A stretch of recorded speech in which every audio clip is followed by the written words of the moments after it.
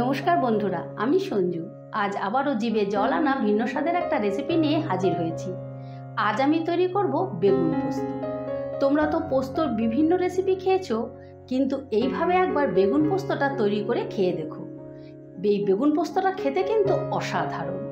ঠিক আছে, তাহলে চলো তোমরা দেখতে থাকো এই রেসিপিটা আমি ঠিক কী প্রসেসে করছি, আর এই রেসিপিটা করার জন্য কী কী উপকরণ নিয়েছি সেটাও তোমাদের একবার দেখিয়ে দিই।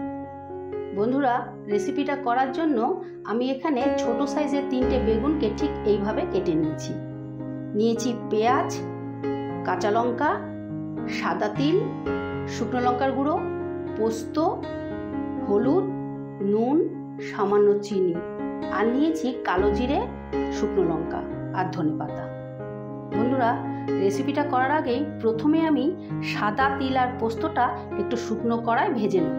এখানে আমি 4 চামচের 2 চামচে সাদা তিল নিয়েছি, 2 চামচে পোস্ত নিয়েছি।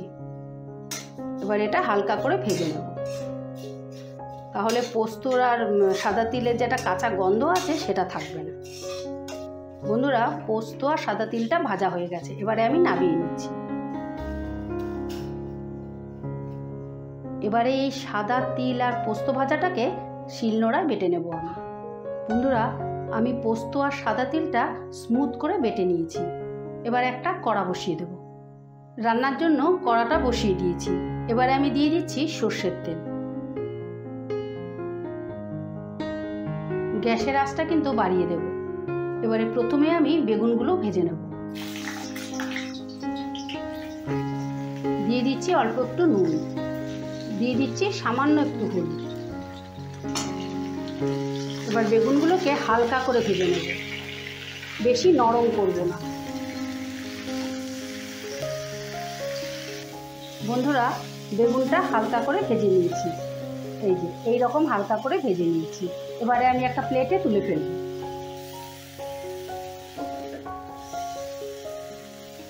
এবারে ওই কড়াতেই আবারও অল্প একটু সর্ষের তেল দিয়ে দিলাম। এবারে দিয়ে দেবো ফোড়ন। দিয়ে দিচ্ছি 2টো শুকনো লঙ্কা, দিয়ে দিচ্ছি অল্প একটু কালো জিরে। এবারে দিয়ে দিচ্ছি পেঁয়াজ কুচি। এখানে আমি মাঝারি সাইজের 2টো পেঁয়াজকে এইভাবে কুচিয়ে নিয়েছি। এবারে এই পেঁয়াজটাকে একটু লাল লাল করে ভেজে নেব। পেঁয়াজটাও কিন্তু বেশি কড়া করব না, হালকা করেই ভেজে নেব। পেঁয়াজটা হালকা করে ভেজে নিয়েছি, এই দেখো এরকম হালকা করে ভেজে নিতে হবে। এবারে দিয়ে দিচ্ছি স্বাদ মতো নুন। এবারে দিয়ে দিচ্ছি অল্প একটু হলুদ। যেহেতু পোস্তর তরকারি একটু সাদা সাদাই হবে, তাই সামান্য করে হলুদ দিলাম। একটু দিয়ে দিলাম শুকনো লঙ্কার গুঁড়ো, তাতে খেতে টেস্টটা ভালো হবে।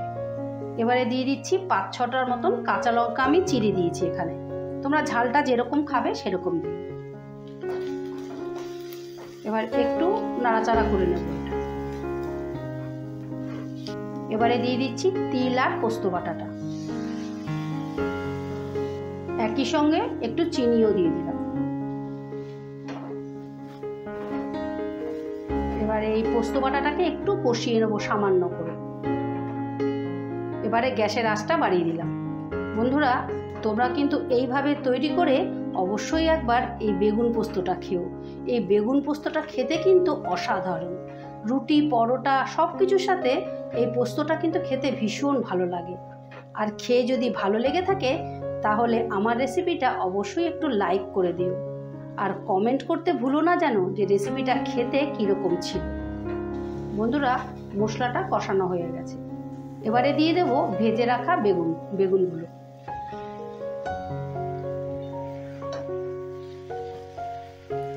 এবারে পোস্তর সঙ্গে বেগুনটা ভালো করে একটু নাড়াচাড়া করে নেব। এই দেখো পোস্তর সঙ্গে বেগুনটা ভালো করে মিশিয়ে নিয়েছি। এবারে দিয়ে দেব সামান্য করে একটু জল।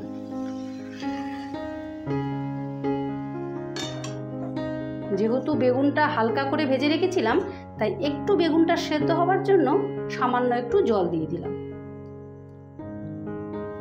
এবারে 2 মিনিটের জন্য ঢাকা দিয়ে দেব। গ্যাসটা বাড়িয়ে দিলাম।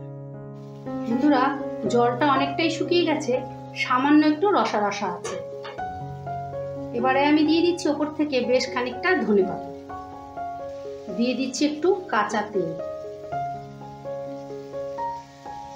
এবার আবারও 1 মিনিটের জন্য ঢাকা দিয়ে দেব। বন্ধুরা 1 মিনিট বাদে ঢাকাটা তুলে ফেললাম। এই দেখো একদম মাখো মাখো হয়ে গেছে, কি সুন্দর হয়েছে না? খেতে কিন্তু দারুণ। এবারে আমি উপর থেকে 2টো কাঁচা লঙ্কা দিয়ে দিলাম। এবারে একটা ডিশে পরিবেশন করে তোমাদের দেখাচ্ছি।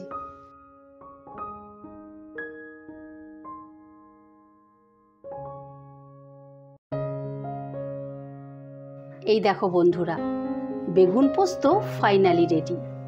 তোমরা কিন্তু এইভাবে তৈরি করে অবশ্যই একবার খেও। আর খেয়ে যদি ভালো লেগে থাকে তাহলে আমার চ্যানেলটা সাবস্ক্রাইব করে রাখার অনুরোধ রইল। আমার চ্যানেলে এই রকম নিত্য নতুন রেসিপি আসতেই থাকে। ঠিক আছে, তাহলে আজ আসি, কাল আবারও কোনো নতুন রেসিপি নিয়ে হাজির হব। টাটা।